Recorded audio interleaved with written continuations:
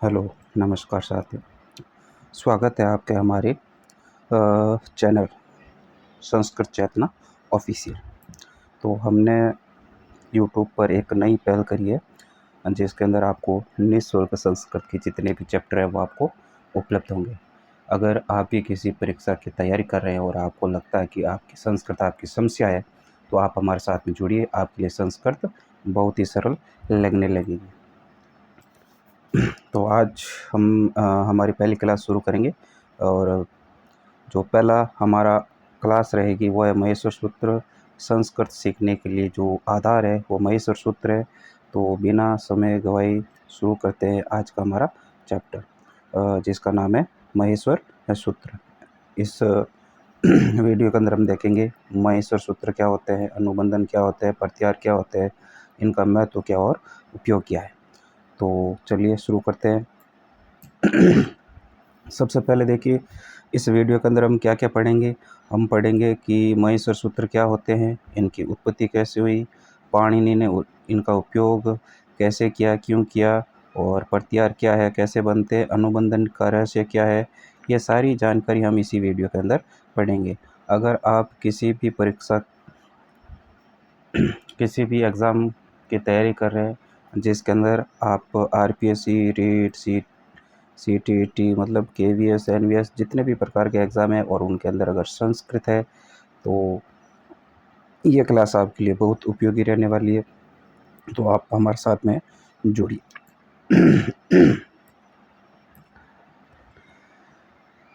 तो सबसे पहले देखिए महेश्वर सूत्र क्या है। तो आप ऐसे समझिए कि महेश्वर सूत्र भगवान शंकर के डमरू से निकले।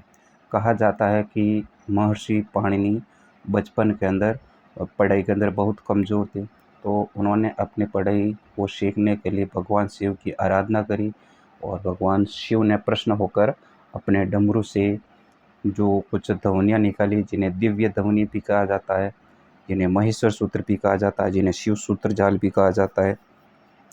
तो उन ध्वनियों को सुनकर के महर्षि पाणिनि ने 14 महेश्वर सूत्रों का निर्माण करा है। और उन 14 महेश्वर सूत्रों का निर्माण इस प्रकार से करा है कि वह व्यवस्थित है और वैज्ञानिक दृष्टि से वह एकदम सही है और एकदम स्पष्ट है और बहुत ही शॉर्ट के अंदर है। मतलब वर्णों जो इन महेश्वर सूत्र है, इन महेश्वर सूत्रों से उन्होंने प्रत्याहारों का निर्माण करा और इन्हीं प्रत्याहारों के निर्माण के बाद में उन्होंने उन प्रत्याहारों को अलग अलग जगहों पर ज़रूरत के हिसाब से उन्होंने काम में लिया। अगर हम बात करें इनके नामकरण की, तो नामकरण वैसे हमने जो अभी पढ़ा कि ये भगवान शिव के डमरू के वादन से इनका जो है, ये जो डमरू है, इस डमरू को बजाने से जो ध्वनियाँ निकली और भगवान शंकर भगवान की डमरू की ध्वनि के कारण इनको महेश्वर सूत्र कहा जाता है। महेश्वर यानी ईश्वर सूत्र, महेश कहते हैं भगवान शिव को, तो भगवान शिव के निकलने के कारण इनको महेश्वर सूत्र कहा जाता है। और इनके बारे में एक श्लोक बहुत प्रसिद्ध भी है, जो इस श्लोक से बहुत बार यहाँ से सवाल भी बनते हैं। तो इस श्लोक को थोड़ा सा देख लेते हैं ताकि आपका कोई सवाल गलत ना हो। नृतावसाने नटराज राजो ननाद टकाम नव पंचवारम उधर तो काम सनकादि सीतान एतद विमर्शे शिव सूत्र जालम। ये जो शिव सूत्र जालम है, यही महेश्वर सूत्र का अन्य नाम भी है। तो ये पूछा भी जाता है महेश्वर सूत्र का अन्य नाम क्या है, तो आपको बताना है शिव सूत्र जालम। और इस पूरे श्लोक का अर्थ क्या है? नृतावसानी, नृतावसानी यानी नृत्य धन अवसान, नृत्य धन अवसान। नृत्य का मतलब होता है नृत्य, यानी भगवान शंकर ने प्रश्न होकर जो नृत्य किया था उस नृत्य। अवसान का मतलब होता है समाप्ति, यानी उन्होंने अपने नृत्य के समाप्त होने के बाद में उन्होंने क्या करा? ननाद डकाम नव पंचवारम। ननाद, ननाद का अर्थ होता है बजाया, यानी उन्होंने बजाया। क्या बजाया? डकाम, डकाम यानी डमरू को, यानी उन्होंने नृत्य समाप्त होने के बाद में अपने डमरू को बजाया। कितनी बार बजाया? नव पंचवारम, यानी 9 और 5।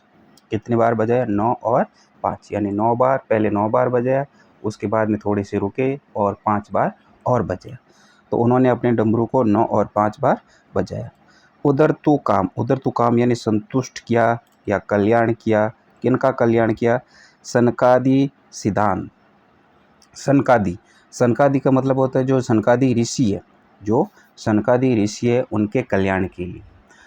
ऐसी मान्यता है कि जो ब्रह्मा जी के 4 मानस पुत्र थे, जिनका नाम सनक, एक का नाम था तो 4 पुत्र थे। उन 4 पुत्रों को जो है वाणी के रहस्यों के लेकर मन के अंदर अनेक प्रकार की शंकाएं थी। तो इन शंकाओं का समाधान पाने के लिए उन्होंने जो है भगवान शिव की आराधना करी। एक तरफ वह 4 ब्रह्मा के मानस पुत्र भी भगवान शिव की स्तुति कर रहे थे, इधर महर्षि पाणिनि भी भगवान शिव की स्तुति कर रहे थे। तो इन दोनों से जो है प्रश्न होकर भगवान शिव पहले तो नृत्य किया। नृत्य भी कौन सा किया? तो वो भी आपको याद रखना है। भगवान शिव का जो नृत्य होता है वो होता है आपका तांडव नृत्य। तो भगवान शंकर ने पहले तांडव नृत्य किया। तांडव नृत्य करने के बाद में उन्होंने जो अपने इस डमरू को बजाया। इस डमरू को बजाने से उन्होंने जो है 9 और 5 बार बजाया। तो उन ध्वनियों को उन सनकादि ऋषियों ने भी सुना, महर्षि पाणिनि ने भी सुना। तो जो सनकादि ऋषि थे वो भी संतुष्ट हो गए, उनको जो शंकाएँ थी उनका समाधान हो गया। और महर्षि पाणिनि ने इन 14 ध्वनियों को सुनकर जो है एक ग्रंथ की रचना कर दी, जिनका नाम रखा गया अष्टाध्यायी। और जो ये 14 प्रकार की जो ध्वनियाँ थी वो इस प्रकार की थी। पहली जो ध्वनि निकली थी वह थी अ, ई, उ, ण। और दूसरी थी री, ऋ, क। तीसरी थी ए, ओं, ग। चौथी थी ऐ, औ, च। इसमें देखो हिंदी के अंदर आप उच्चारण अलग करते हो, लेकिन संस्कृत के अंदर इनका उच्चारण पर विशेष ध्यान दिया जाता है, क्योंकि ये इनका शुद्ध उच्चारण करना अनिवार्य है। ए, ये जो उच्चारण है ए। अब देखो हिंदी के अंदर तो क्या होता है कि आप इसे भी ए और इसे भी ए, और कुछ तो अज्ञानतावश दोनों को ए ही बोलते हैं, लेकिन ये गलत है, क्योंकि ये जो ए है और इसका उच्चारण होगा आई। तो ये ए, आई, इसका उच्चारण होगा ओ और इसका होगा औ। तो इनके उच्चारण में थोड़ा सा ध्यान रखना है। अ, ई, उ, ण। दूसरा है री, ऋ, क। तीसरा ए, ओ, ग। ये जो हिंदी के अंदर इसे ड़ पढ़ा जाता है, लेकिन संस्कृत में इसका उच्चारण हो जाएगा ग। क्या हो जाएगा? ग। उसके बाद में ऐ, औ, च। और पांचवा ह, य, व, र, ट। पांचवा सूत्र ह, य, व, र, ट। और जो छठा सूत्र है वह है ल, ण। और उसके बाद में जो 7वां सूत्र है य, म, ग, ण, न, म। ये है आपका 7वां सूत्र। 8वां है ज, ब, य। 9वां सूत्र है ग, ढ, ध, स। और 10वां है ज, ब, ग, ड, द, स। और 11वां है आपका ख, फ, छ, ठ, थ, च, ट, त, व। और 12वां है क, प, य। और उसके बाद में 13वां है स, स, र। और अंतिम जो सूत्र है वो है ह, ल। तो ये एक इतना सा छोटा सा आपके सामने स्क्रीन में जो दिखाई दे रहे हैं, इनमें बहुत सारे प्रश्न बनते हैं, और प्रत्येक परीक्षाओं के अंदर प्रत्यक्ष और अप्रत्यक्ष रूप से इनमें से 1 या 2 सवाल फिक्स आते ही आते हैं। तो आपको सबसे पहले तो ये महेश्वर सूत्र याद करना होगा। अभी अच्छा, किसी का कहना है कि ये सूत्र हम कैसे याद करें? तो देखिए ये कोई ज़्यादा मुश्किल नहीं है।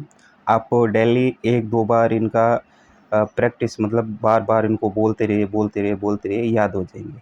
और इतना मुश्किल भी नहीं है। लिख के या आप मतलब जैसे भी आप याद कर सकते हो, तो आप इनको याद कर सकते हो।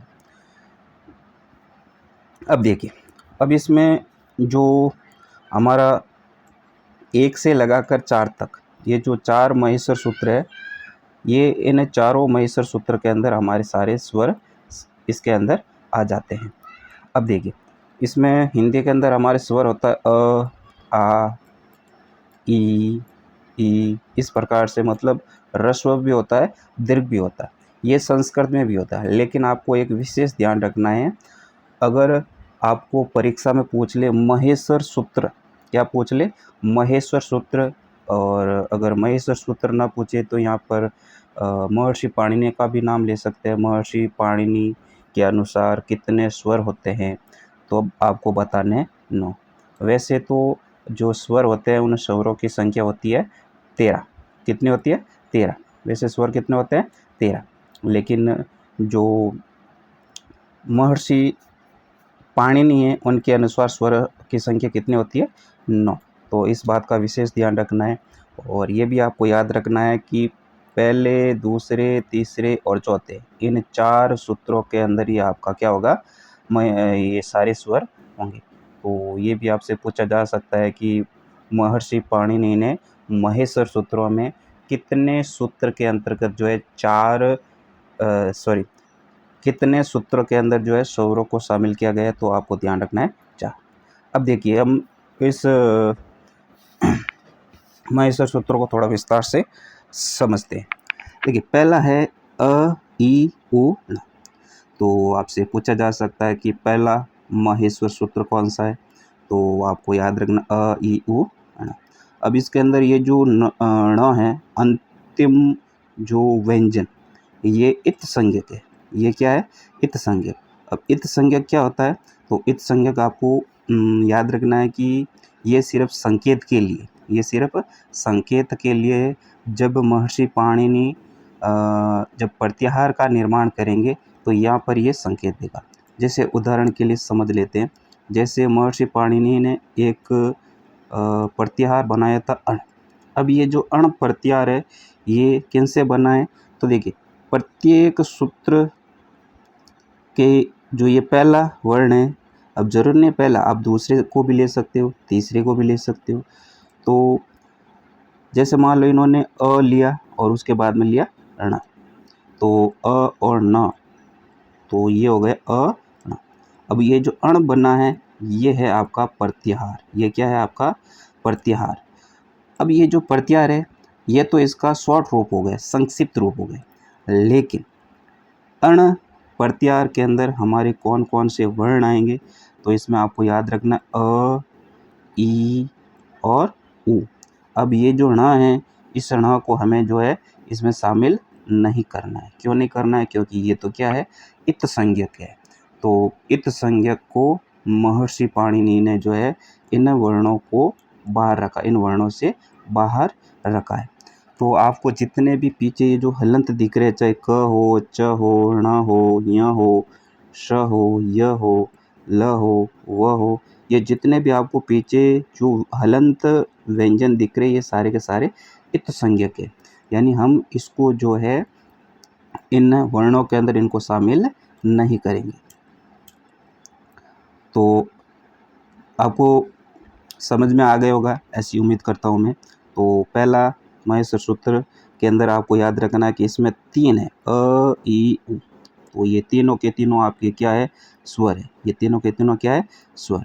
उसी प्रकार से रे, री, तो यहाँ पर भी ये क को हम इसको शामिल नहीं करेंगे। तो अगर हम देखें तो अ और दूसरे सूत्र, यानी दूसरे सूत्र और पहले सूत्र को मिलाकर हम जो प्रत्याहार का निर्माण करेंगे उसे हम क्या कहेंगे? अक। तो हम इन्हें अक भी कह सकते हैं। अब पूछ ले अक के अंदर कौन कौन से वर्ण शामिल होंगे, तो आपको याद रखना है अ, ई, उ। ण को नहीं लेना है। क्यों नहीं लेना है? क्योंकि ये हलंत है, हलंत को हमें नहीं लेना है। उसके बाद में क्या आएगा? री और री। क को नहीं लेना है। क्यों नहीं लेना है? क्योंकि ये क्या है? हलंत है। तो इस प्रकार से पहले और दूसरे महेश्वर सूत्र को मिलाकर हमने जो है अक प्रत्याहार निर्माण करा। और अक प्रत्याहार के अंदर हमारे कौन कौन से वर्ण आएंगे? तो अ, ई, उ, री और री। तो इस प्रकार से हम देखते हैं कि ये 5 हमारे पास में स्वर आ गए और इनको अक कहते हैं। इनको क्या कहते हैं? अक। अच्छा, इनका एक दूसरा नाम भी है, इनको हम मूल स्वर भी कहते हैं, इनको हम मूल स्वर भी कहते हैं, क्योंकि ये अपने आप में मूल है, यानी अब ये किसी से मिलकर नहीं बने। आगे हम पढ़ेंगे संयुक्त स्वर, ये है मूल स्वर। आगे हम पढ़ेंगे संयुक्त स्वर, तो ये मूल स्वर भी हो गए। अच्छा, ये ह्रस्व स्वर भी है, इनको हम ह्रस्व स्वर भी कहते हैं। तो ये भी आपसे पूछा जाता है, महर्षि पाणिनि के अनुसार ह्रस्व स्वर कौन कौन से? तो अ, ई, उ, रे और रे। तो ये 5 हो गए आपके ह्रस्व स्वर। तो इसका भी थोड़ा ध्यान रखना। 5 ह्रस्व स्वर होते हैं, और वैसे कुल स्वर कितने होते हैं? 9। 9 में से ह्रस्व स्वर कितने होते हैं? 5। तो 5 होते हैं ह्रस्व स्वर, और बाकी 4 होते हैं दीर्घ स्वर। 4 क्या होते हैं? दीर्घ स्वर। तो 1 से लगाकर 4 तक। अब देखिए तीसरा, पहला हमने पढ़ लिया था तीसरा। देखो तीसरा ए ओ ग, ए ओ ग। तो इसमें जो अगर हम पहले, दूसरे और तीसरे इन तीनों सूत्रों को मिलाकर अगर हम एक प्रत्याहार बनाना चाहें, तो वो बन जाएगा हमारा अ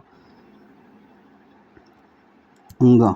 इस प्रकार से हम प्रत्याहार का निर्माण कर सकते हैं। और अगर मान लो हम सिर्फ तीसरे सूत्र को शॉर्ट रूप में लिखना चाहे, तो ये बन जाएगा ए ग, ए ग। तो ये हमारा एक प्रत्याहार हो जाएगा। अब आपसे पूछ एंग प्रत्याहार में कौन कौन से वर्ण आते हैं? तो ए और ओ, ये 2 हमारे वर्ण आते हैं। अब देखो हमने पढ़ा था अ, ई, उ और रे, रे, ये तो मूल स्वर है, ह्रस्व स्वर है। और ए, ओ, इनको कहते हैं गुण स्वर। इनको क्या कहते हैं? गुण स्वर। गुण स्वर भी कह सकते हैं। इनको हम संयुक्त स्वर भी कह सकते हैं, इनको हम संयुक्त स्वर भी कह सकते हैं। अब देखो इनको संयुक्त स्वर क्यों कहेंगे? क्योंकि ये हमारा जो अ है, ये अ मिलकर बना है अ और ई से, अ और ई से। तो अ और ई, ये 2 स्वर है, ये दोनों मूल स्वर है। इन दोनों मूल स्वर से हमारा बना है संयुक्त स्वर। तो संयुक्त स्वर का मतलब ये हो गया, संयुक्त का मतलब हो गया 2 से मिलाकर। और उसके बाद देखो चौथा, आई, औ, च। आई, औ, च, ये हमारा स्वर का अंतिम सूत्र है। स्वर वर्णों का क्या है? अंतिम सूत्र। और अगर आपसे पूछ ले स्वर वर्णों का प्रथम सूत्र कौन सा है, तो ये है आपका प्रथम सूत्र स्वर वर्णों का। और महेश्वर सूत्रों का भी ये प्रथम वर्ण है। और ये है आपका महेश्वर सूत्र के अंदर स्वर का अंतिम सूत्र, स्वर का अंतिम सूत्र, क्योंकि इसके बाद में व्यंजन शुरू हो जाएंगे। 5वां है ह, य, व, र, ट। ह, य, व, र, ट। तो ये व्यंजन का प्रथम सूत्र है, ये व्यंजन का प्रथम सूत्र है। व्यंजन का क्या है? प्रथम सूत्र, क्योंकि इनसे पहले हमने 1, 2, 3, 4 पढ़े थे, ये चारों हमारे स्वर थे। तो 5 से हमारा व्यंजन सूत्र शुरू हो जाता है। तो परीक्षा में पूछा भी जाता है महेश्वर सूत्र के अंदर 5वां सूत्र कौन सा है? तो आपको याद रखना ह, य, व, र, ट। इसमें ट इत संज्ञक होगा, और ह, य, व, र, तो ये पीछे शेष रहेंगे। उसके बाद देखो छठा सूत्र है ल, ण। इसके अंदर ण इत संज्ञक है, और पीछे हमारा शेष रहेगा ल। उसी प्रकार से य, म, ग, ण, न, म, ये हमारा 7वां सूत्र है, और इसके अंदर भी म इत संज्ञक रहेगा। और इसमें देखो ये जो 7वां सूत्र है, इसमें जो य, म, ग, ण, न, म, हिंदी के अंदर तो जो वर्गों का क्रम है, उसके अंदर क वर्ग पहले आता है, उसके बाद में च वर्ग आता है, ट वर्ग आता है, त वर्ग आता है, और प वर्ग आता है। लेकिन संस्कृत के अंदर ऐसा नहीं है। तो ये इनका थोड़ा सा ध्यान रखना, क्योंकि ये इनको क्रम को लेकर बहुत बार यहाँ से सवाल पूछे जाते हैं। तो कर्म का आपको ध्यान रखना है, य, म, ग, ण, न, ये आपको ध्यान रखना है, क्योंकि कर्म को लेकर कर्मों मतलब जैसे मान लो आपको एग्ज़ाम में 4 विकल्प में य, म, ण, ग, न ऐसे दे दिया, या फिर दे दिया म, य, ण, न, ग, मतलब इनको आपस में जगह को परिवर्तन करके भी पूछा जा सकता है, तो इनका थोड़ा ध्यान रखना है। इनका जो कर्म है, कर्म को लेकर बहुत बार सवाल पूछे जाते हैं। अगला है ज, ब, य। इसमें भी य की इत संज्ञक रहेगी, पीछे बजेगा ज और ब। तो इसी प्रकार से प्रत्येक सूत्र के अंदर अंतिम जो इत संज्ञक रहेंगे यानी उनको शामिल नहीं करना है। अब इन 14 सूत्र के अंदर अगर हम देखते हैं तो सबसे पहले हमारे पास में स्वर आ गए, जो कि हमने 1 से 4 तक पढ़ा था। उसके बाद में 5 से लगाकर 14 तक ये सारे के सारे आ गए हमारे व्यंजनों के सूत्र। तो आपसे पूछा जा सकता है कि स्वरों से संबंधित कितने सूत्र है, तो आपको याद रखना है 4। व्यंजनों से संबंधित कितने सूत्र है, तो आपको याद रखना है 10। और स्वर से संबंधित भी अगर आपसे पूछ ले कि ह्रस्व स्वर से संबंधित कितने सूत्र है, तो 2। और दीर्घ या संयुक्त सूत्र से संबंधित है तो भी आपको 2। और व्यंजन का प्रथम सूत्र कौन सा? ह, य, व, र, ट। तो इस प्रकार से हम देख सकते हैं कि ये 14 के 14 महेश्वर सूत्र है। और इसमें एक बात और देखिए, देखो सबसे पहले ह, य, व, र, ट। तो ये ह, य, व और ल, तो ये जो 5वें सूत्र में य, व, र, तो ट को छोड़ दे, उसके बाद में ल, तो य, व, र, ल। इनके कर्म को विशेष ध्यान रखना है, क्योंकि ये कर्म जो है फर्स्ट ग्रेड एग्ज़ाम तक पूछा गया है इनके कर्म को लेकर, और हर एग्ज़ाम में ये किसी न किसी रूप में पूछा जाता है। तो ये वेरी वेरी इम्पोर्टेंट है, इसको थोड़ा देखना। और इनके प्रत्यार में जो सूत्र है वो है यण, इनको यण प्रत्यार भी कहते हैं। और इनका जो अन्य नाम है, इनको अंतस्थ व्यंजन। ये कौन से हैं? अंतस्थ व्यंजन। तो इनको अंतस्थ व्यंजन भी कहते हैं। और इनका कर्म य, व, र, ल रहेगा, क्योंकि हिंदी के अंदर इनका जो कर्म है वो है य, र, ल, व। तो कन्फ्यूज़न करने के लिए ये बार बार एग्ज़ाम के अंदर पूछा जाता है, और हर बार विद्यार्थी गलत करते हैं, क्योंकि वह हिंदी के कर्म को दिमाग के अंदर याद रहता है और संस्कृत वाले कर्म को भूल जाते हैं। तो इसलिए इस सूत्र को याद रखना है, य, व, र, ल। तो अंतस्थ हो गया। उसके बाद में ये देखो 5वां, पहले क्या आ गया? अंतस्थ। अंतस्थ के बाद में प्रत्येक वर्ग का क्या आ गया? 5वां। तो सबसे पहले महेश्वर सूत्रों के अंदर ये भी आपको याद रखना है, अंतस्थ। अंतस्थ के बाद में आपको क्या याद रखना है कि वर्गों के 5वीं, प्रत्येक वर्गों के 5वें अक्षर वर्ण यहाँ पर दिए गए। तो प्रत्येक वर्ग के ये 5 हो गए, ज, ब और ग, ड, द। ये है वर्गों के चौथे। और ये 10वें सूत्र के अंदर ये है तीसरे। और 11वें सूत्र, ये जो महेश्वर सूत्र का सबसे बड़ा सूत्र है, तो इसके अंदर ये हो गया दूसरा। और 11वां और 12वां इनके अंदर है वर्गों के पहले। उसके बाद में देखो स, स, स, ह, ये हो गए आपके ऊष्म। तो अंतस्थ से शुरू हुआ और ऊष्म पे जाके ये महेश्वर सूत्र खत्म होता है। तो इनका थोड़ा ध्यान रखना। महेश्वर सूत्रों के अंदर सबसे पहले अंतस्थ व्यंजन आएंगे, फिर बाद में वर्गों के पंचम वर्ण आएंगे, फिर बाद में चौथे, तीसरे, दूसरे और पहले, और अंत के अंदर आएगा ऊष्म व्यंजन। तो ये 14 महेश्वर सूत्र है, और इनसे संबंधित आप और भी कुछ देख सकते हैं। इसके अंदर वही जानकारी है मैंने जो आपको बताया था। इसमें अच्छा, इसमें ये भी आपको याद रखना कि ये जो लृ है, इसमें जो लृ है, ये जो लृ है, ये संस्कृत के अंदर सबसे कम प्रयुक्त होने वाला स्वर है, इसीलिए परीक्षा की दृष्टि से महत्वपूर्ण हो जाता है। और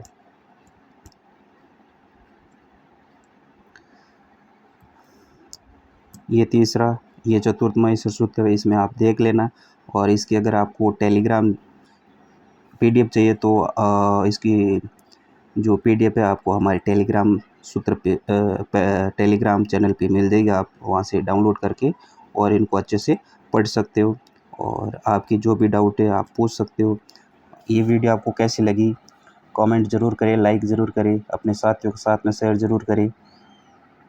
तो इसके अंदर देखिए ये गोस, वैसे गोस के लिए हम एक क्लास लगाएंगे, लेकिन फिर भी आप महेश्वर सूत्रों को संबंधित करके आप देख सकते हैं कि इसमें कौन से गोस है, कौन से अगोस है, इनका कर्म कौन सा है, कौन से सूत्र में आता है, स्पर्श व्यंजन कौन से है ना, और माँ प्राण कोश, ये जो भी आप देख सकते हैं।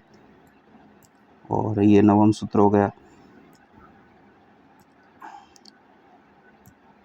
तो आप ये देख सकते हैं, बाकी इसमें ऐसा कुछ खास है नहीं, जो महत्वपूर्ण था वही था। आपको बस इतना ध्यान रखना है कि इसमें एक तो 14 महेश्वर सूत्र आपको याद होने चाहिए, और दूसरा आपको इनका कर्म याद होना चाहिए।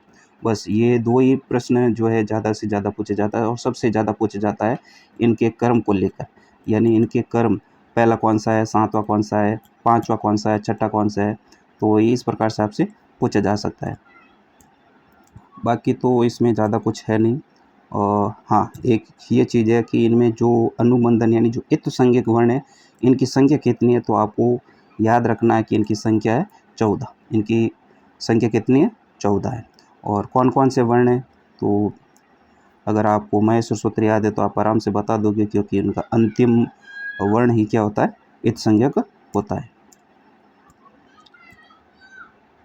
और ये सारणी है, तो आप सारणी से देख के आराम से देख सकते हो कौन कौन से इत संज्ञक वर्ण हैं, और ये इनके जो महेश्वर सूत्र के जो भी अंतिम वर्ण हैं ये इत संज्ञक होते हैं।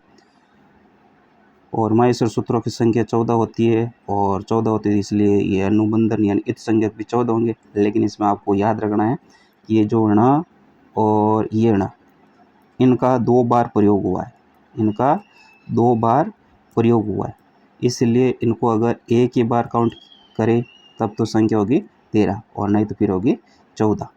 ये थोड़ा सा ध्यान रखना है।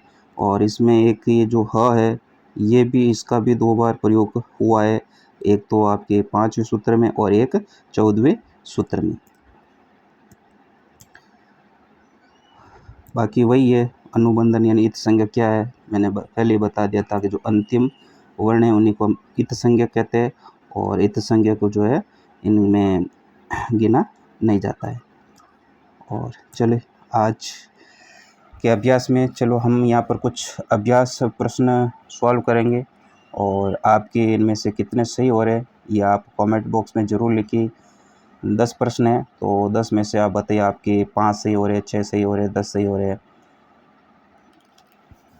अब देखिए पहला प्रश्न है, महेश्वर सूत्राणाम प्रमुख प्रयोजनम किम। महेश्वर सूत्र का जो प्रमुख प्रयोजन यानी उद्देश्य, यानी महेश्वर सूत्र को बनाया क्यों गया था, तो इसका आंसर हो जाएगा सी, यानी प्रत्याहार निर्माण, यानी प्रत्याहारों को बनाने के लिए। अगला प्रश्न है, यदि महेश्वर सूत्रेषु अनुबंधनानां प्रयोग न भवेत् तर्हि क दोष संभवेत्। यानी महेश्वर सूत्र में जो अंतिम इत संज्ञक है अगर वह नहीं हो तो क्या होगा, तो इसका उत्तर हो जाएगा बी, प्रत्याहार निर्माणम असंभव स्यात्, यानी प्रत्याहार निर्माण बनाना संभव नहीं होगा। तीसरा है, अच इति प्रत्याहारस्य निर्माणे च इति कार्य से किम। यानी जो अच और इस प्रकार के हम जो प्रत्याहार के निर्माण करते हैं, इसमें जो हलंत च है, इस च का क्या कार्य है, तो ये च क्या काम करते हैं, मतलब इस प्रकार के जो 14 अनुबंधन जो इत संज्ञक होते हैं इनके क्या काम है, तो इसका उत्तर हो जाएगा अनुबंधत्वेन सीमांकनम। यानी जो महेश्वर सूत्रों के अंदर जो अंतिम इत संज्ञक है ये सीमांकन करते हैं, यानी आपको इनसे आगे नहीं बढ़ना है, आपको यहीं तक रुकना है। अगला है, महेश्वर सूत्राणाम कर्म मुख्यतया कस्मै उद्देश्याय विनियोजित।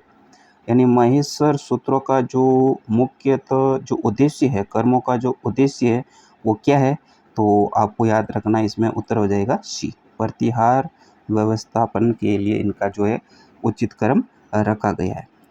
5वां हल इति प्रत्याहार किमर्थम सर्व व्यंजनवाचक।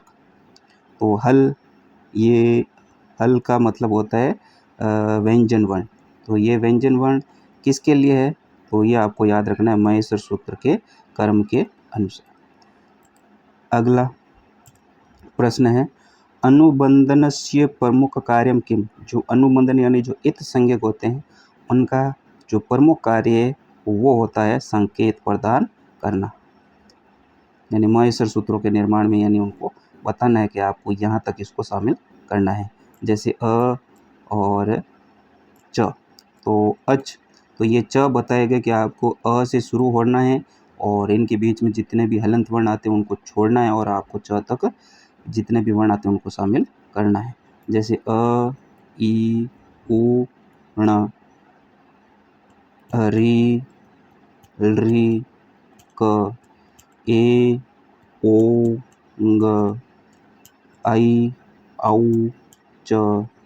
तो ये अ और ये च, तो इनके बीच में जितने भी आएंगे उनको लेना है सिवाय इत संज्ञक यानी हलंत व्यंजनों को छोड़ करके। तो ये सीमांकन करता है। 7वां प्रश्न है निम्नलिखितेषु क अनुबंध द्विवारं प्रयुक्तम् अस्ति। यानी कौन सा अनुबंध 2 बार प्रयोग किया गया है, तो इसका उत्तर हो जाएगा ण।